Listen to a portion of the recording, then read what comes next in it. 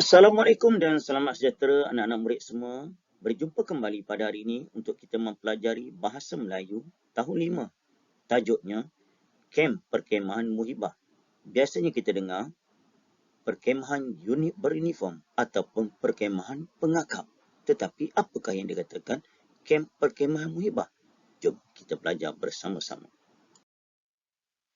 Objektif yang ingin dicapai pada hari ini, cikgu mengharapkan anak murid dapat mengedit dan memurnikan teks dari aspek penggunaan kata dan struktur ayat berdasarkan kemahirannya iaitu kemahiran menulis. Mari kita baca bersama-sama dan fahami apakah yang dikatakan kem perkemahan muhibah. Farisha berkongsi cerita tentang kem perkemahan muhibah yang telah berlangsung di sekolah kepada anggota keluarganya. Majlis telah dimulakan dengan acara sambutan ketibaan tetangga kehormat. Majlis ini adalah untuk menjalin pautan perpaduan antara murid di sekolah pelbagai aliran. Selain itu, persefahaman dalam kalangan murid dan ibu bapa dipupuk sejak dapat lagi di sekolah. Jadi, cikgu nak kamu fokuskan kepada perkataan ataupun ayat yang berwarna merah. Acara perasmian dimulakan dengan pauluan kompang, tabla, doglak dan gendang Cina daripada kelab alunan serumpun. Kemudian, tetamu dan murid-murid kaku menyanyikan lagu patriotik dan beberapa kuntum lagu muhibah seperti lagu setia. Selepas itu, tetamu dan ibu bapa untuk beramah mesra dengan peserta melawat ke tapak perkemahan. Mereka teruja apabila melihat murid-murid pelbagai kaum bekerjasama ketika menghias kemah. Penyampaian hadiah kepada badan beruniform sekolah ialah penutup acara majlis itu. Sebelum bersurai, semua murid dan tetamu ke kantin untuk menjamah selera. Mereka makan sambil dihiburkan dengan laungan lagu. Sikap mesra dalam mengukuhkan perpaduan kalangan murid dan ibu bapa mereka. Kalau kamu perasan, apa yang cikgu baca sebentar tadi, ada kesalahan perkataan, kesalahan ayat, kesalahan pembedaran kata. Jadi, kamu kena fokus. Seterusnya, cuba lihat sini. Penggunaan kata ada yang salah dan apa yang patut ditukar. Contoh perkataan yang pertama, tetangga. Sepatutnya kita panggil tetamu yang hadir ke sekolah, terutamanya ibu bapa, semasa sukan tahunan, semasa hari penyampaian hadiah dan sebagainya. Mereka adalah tetamu. Tetangga ni ialah jiran tetangga. Jadi ada perkataan yang salah. Yang kedua pula, struktur ayat ni. Penggunaan struktur ayat yang salah. Yang sepatutnya dibetulkan macam mana. Contoh yang salah. Selain itu, persefahaman dalam kalangan murid dan ibu bapa dipupuk sejak dapat lagi di sekolah. Salah ayat tersebut. So, sepatutnya ayatnya, selain itu, persefahaman dalam kalangan murid dan ibu bapa dapat dipupuk sejak di bangku sekolah lagi. Persefahaman dalam kalangan murid dan ibu bapa dapat dipupuk sejak di bangku sekolah lagi. Sebab tu dia kata, melentur buluh biarlah dari rebungnya.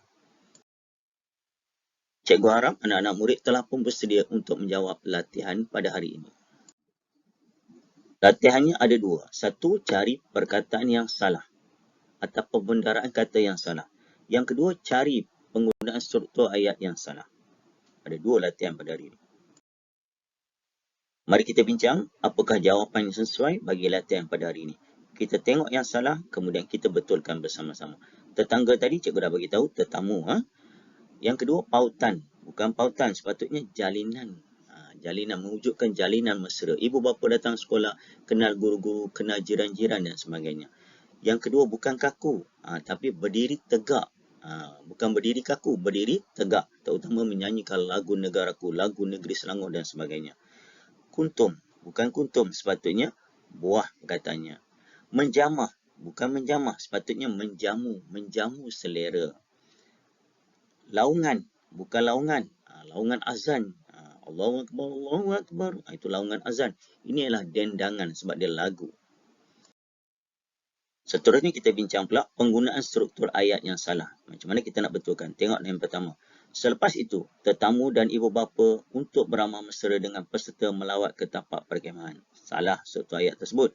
Sepatutnya, selepas itu, tetamu dan ibu bapa melawat ke tapak perkemahan untuk beramah mesra dengan peserta.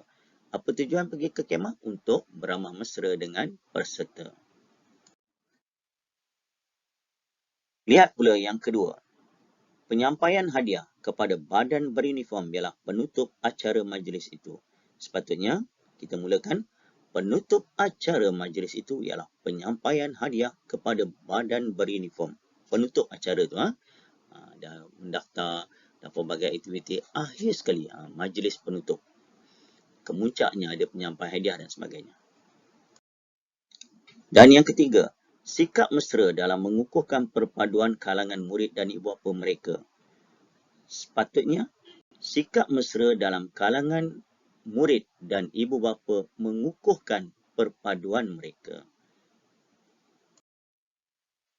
Sebagai kesimpulannya, perkhemahan muhibah. Perkhemahan ini memang menyeronokkan. Terutamanya kalau perkhemahan di luar sekolah. Kita dapat pergi 3 hari 2 malam. Pergi hari Jumaat, balik hari Ahad. Seronok tidur dalam kemah berbanding dengan tidur di dalam hotel. Siapa yang belum pergi, cuba. Kamu tidur bersama kawan-kawan. Memang satu pengalaman yang sukar dilupai. Itu saja perkongsian cikgu pada hari ini. Kita jumpa lagi dalam tajuk yang seterusnya. Assalamualaikum. Selamat sejahtera semua. Bye.